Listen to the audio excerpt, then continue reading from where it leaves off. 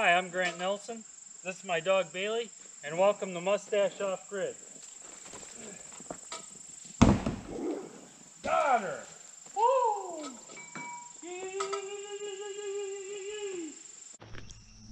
These are poke weeds.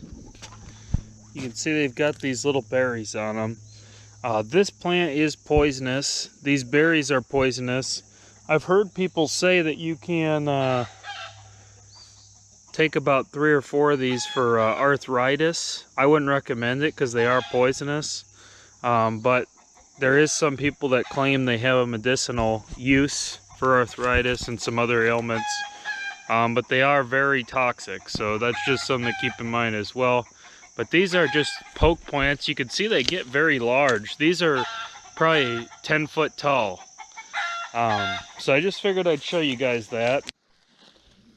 That poke plant I showed you earlier, this is also a poke. This is just a small one that just started growing. These ones right here would be about perfect for eating because they don't have all that red, which is supposedly the poison. When you cook them, you kind of have to boil them and drain them multiple times, and then you kind of cook them with some hot oil like you would collard greens or things like that. There's a lot of it growing on the ground here. I might actually cook this up, but this is wild poke, and then you can see those 10-foot plants were also wild poke. They were just more mature, and it grows that tall over 1 year. Those 10-foot pokes die down every year, and they come back and grow 10 foot right there in the earlier part of the video. So kind of crazy how prolific this stuff is, but it is edible if you boil it and drain it 3 or 4 times and cook it in some oil. It's edible. It's supposedly like a little bit of a spinach. They call it poke soleil. And it is poisonous in certain scenarios as well if you don't prepare it right. So make sure you prepare it right. You can see that there is some black walnut trees growing here.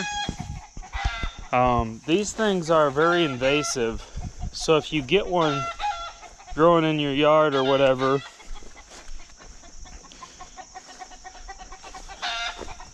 just figured I'd show you guys this. If you get one growing in your yard and it grows and it starts to throw black walnuts, the squirrels put them all over the place and they start to pop up. You can see they have a very distinct leaf on them. Looks nothing like the oak leaves. You can see it's a long stem down the middle and has all these other leaves branching off. You can hear my chickens acting up over there. But one thing about black walnuts, they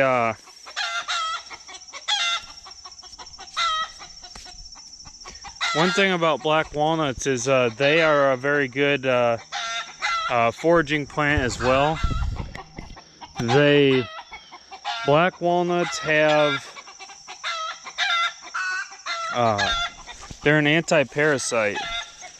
So if you have black walnut and you have like worms, or you ate a bad raccoon or possum and you have trichinosis, if you take the walnut hulls, and you put them in water and kind of get all the dye out of them, and you take a little bit of it because it is toxic as well. It's supposed to be an anti-parasite, like an anti-wormer, almost like how ivermectin is. So just something to keep in mind. You know, back in the day, people could probably worm their livestock with that stuff if they had different parasites from the ground. I also use it as trap dye. It's also been used as a dye historically because it makes your hands very brown. And the walnuts, the inside, when you get where it has the nut, if you let those dry out, the black walnut, and you crack them open, they're very, very tasty and very edible, and that's not poisonous at all. But the hulls are a little bit toxic. But you can use them as a dye. I use them as a dye for my fur traps. I use them as you can use them as a dye for clothing, yarn, things like that. But it's also an anti-parasite. You can make kind of a tincture out of it, and it has those kind of medicinal uses as well. So it's a very good tree to know. Another thing you can do is you can tap into the black walnut tree like a maple tree and get the sap at certain times of the year. And there is people out there that make black walnut syrup. So that's another thing to know in a survival situation, that you could tap a black walnut tree in certain scenarios. So just figured I'd add that. Here's an old black walnut. Probably got the nut inside of there. Yeah, it's an old black walnut right here. But I'm looking for a nice green one. We're kind of just getting into the black walnut season. I've only found a few fresh green black walnuts on the ground. But when they fall down, they tend to, you can gather up quite a few of them when they start to really get in the season. Probably 20 days and they'll be all over the place. Maybe a little longer than that, but some people like to sell the black walnuts. If you get like a pickup truck load, there's some stations out here that you can pick them up at, or you could sell them at, and you can get, I don't know, maybe 30 or 40 bucks a pickup load. So some people like to do that. I have a theory with the black walnut. This is what the nut looks like. You can kind of wash them and then just let them dry in the sun or whatever. Inside of it there's a nut. I might show you guys that in the video later. I'll keep this one. Inside of it there's a nut, and it's really tasty. But one thing that I will say is the squirrels just love the black walnuts, and they spread those. They'll take those walnuts and bury them all over and spread them around, and they'll grow years later. It's very invasive because the squirrels spread these trees around. They love the black walnuts. And I have a theory that the reason that you never see unhealthy squirrels, usually they're always in good health. You know, they're very strong, they're very fast. You never see sickly squirrels. Compared to other animals, usually squirrels don't carry a lot of diseases. They're usually very healthy and very safe to eat. And I have a theory that it's because of all the nuts that they eat, and especially the black walnut, that it kind of worms them and kills all the parasites. As I talked about earlier, the black walnut's an anti-parasite. So just a theory of mine there. Whether it's accurate or not, you know, who knows, but it's kind of interesting. You can see there's more of them on the ground. More black walnuts. But I can't find any green ones yet. It's a little early in the season, but when you find one of these trees, it's a very good tree to find, because they provide a lot of nuts, and like I said, they're easy to gather up.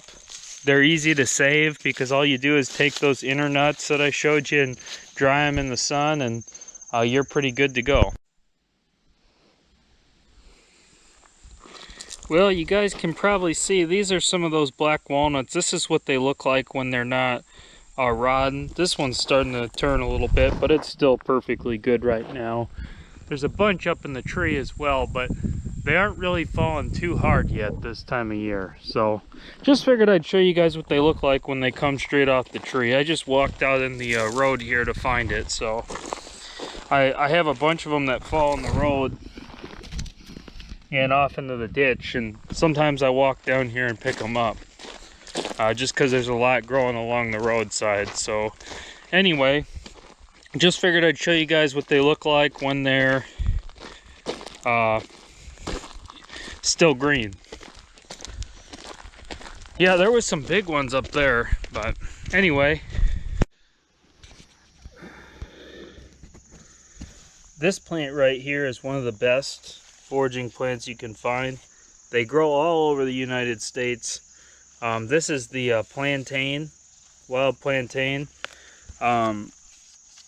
Medicinally, they're an anti-itch. So like if you rub them on your skin, they'll stop itching if you have poison ivy or rashes. They're also completely edible. Some people have used them as like a poultice to put in wounds throughout history. I've never done that kind of thing, but the whole plant's edible. The seeds like this are edible. The roots are edible. The leaves are edible. They're very bitter, but if you fry them in some oil and with the roots, they're decent. I cook them as a green sometimes, mixed with other things as well. But the wild plantain is a good plant to know.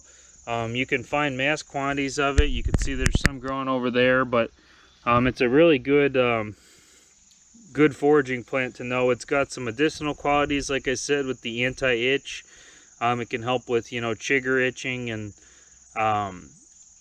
poison ivy itching, and just figured that's something to know here, guys. This is edible as well right here. These have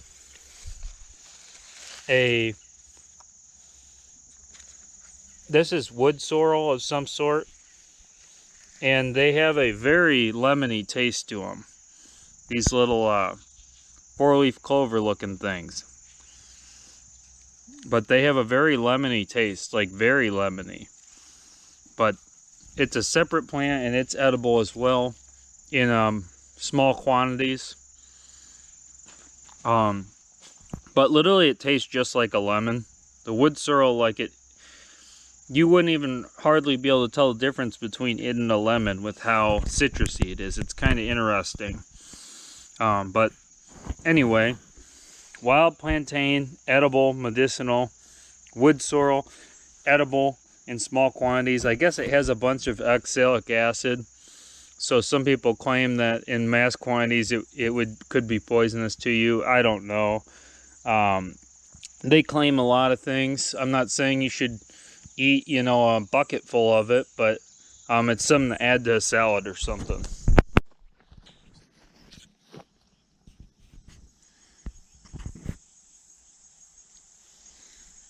This is goldenrod.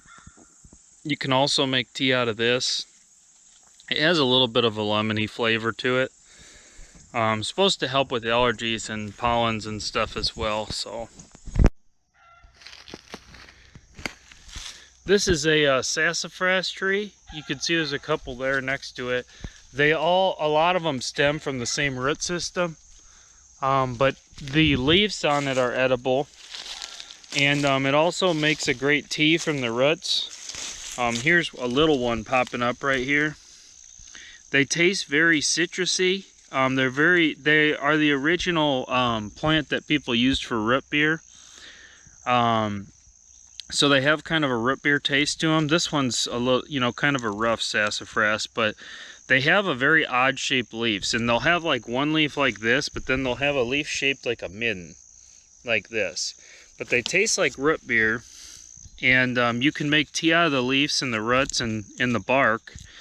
And it's actually illegal to sell and use in beverages and whatnot by the FDA or whatever.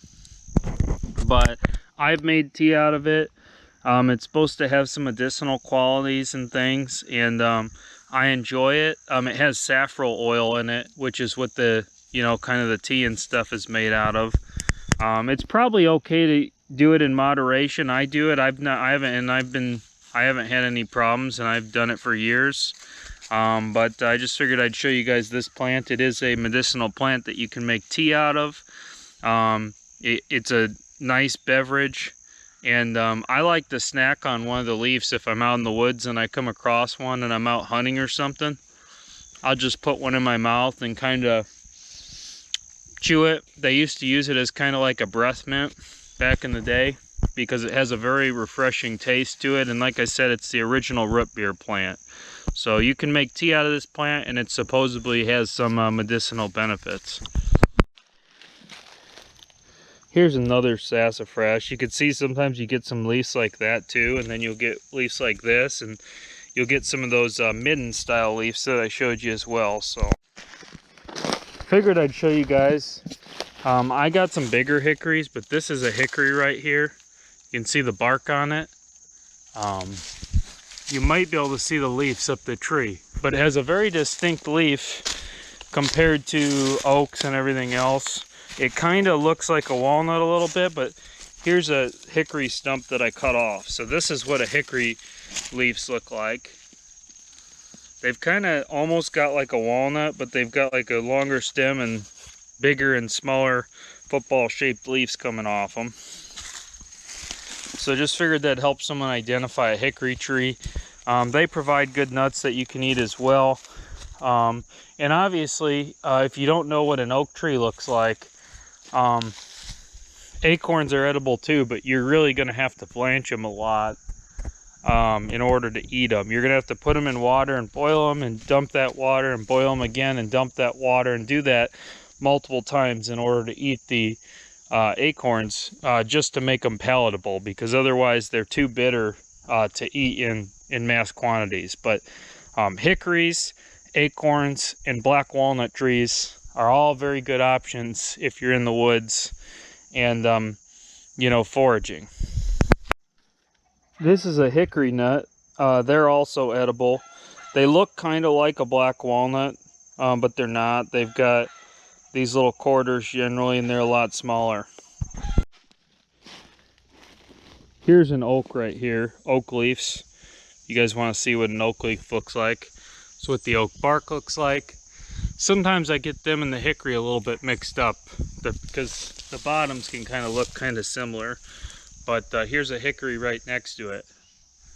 So figured I'd show you guys. Here's some wild grapes I picked from down the hill when I was clearing logs for the log cabin. Just figured you guys would be interested to see. Not for you, Bailey. This is the same plant. This is a grapevine as well. They go all over the wilderness out here, but you can see it gets some gel-like substance that comes out of it. This stuff is edible. And also, if you're in a survival scenario and you cut one of these vines, it will drip water like a heavy stream of drip. And I've had them, they grow overhead a lot of times. Like you can see that one right there.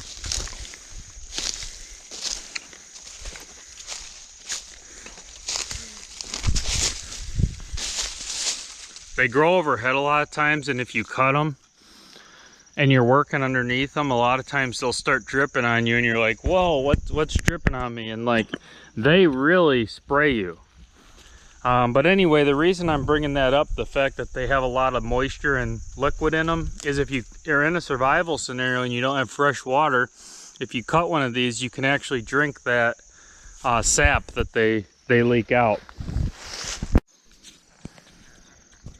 This is actually one of my favorite wild plants. This right here is a small one, and I actually cut it up with my lawnmower. But this is a mullein plant. They call it cowboy toilet paper, but it's very soft and fuzzy. And it's hard to eat because of that. It is edible if you can palate the fuzz on it. But you can make tea out of this. And this is really my favorite wild edible plant to make tea out of. And I drink mullein tea quite a bit, but it used to be in the 1800s used as a treatment for tuberculosis. It's supposed to be very good for your lungs, and it's got a lot of medicinal qualities, and I really can't say enough good things about this plant. Whenever I get sick, I drink mullein tea, and usually I almost always get better. If you have throat ailments or anything in the, you know, you're clogged up, you've got a lot of mucus built up in your nose or anything, if you make mullein tea and drink it, I find myself personally that it works. I'm not saying it'll work for everyone, and I'm not saying you couldn't have an allergic reaction to it or something like that either, so, you know, take things with caution. But it's fuzzy, So they used to like to use it as toilet paper in the wilderness. You can make tea out of it. It's also, you know, this is kind of funny to say, but some people have used it as like for depression. It's got anti-depression qualities to it. And I find that whenever I drink a cup of Mullein tea, I generally get in a very good mood. Whether it has some sort of narcotic effect or what, I don't know, but I always am in a happy mood afterwards. So just something to keep in mind with the Mullein tea as well. I know I've showed you guys all my prickly pear cactus in other videos. It grows wild out here as well. But if you come across this stuff is edible, and the fruits are edible, the petals are edible. You just got to make sure you dethorn them. Sit. Sit. Come on, sit. Oh, good boy. Good boy. Lay down. Lay down. All right. Good boy. Hey guys, let's make Bailey famous. Let's make Bailey famous. Like and subscribe to my YouTube channel, Mustache Off Grid. Hope y'all have a wonderful day, and God bless. Let's make Bailey famous, guys.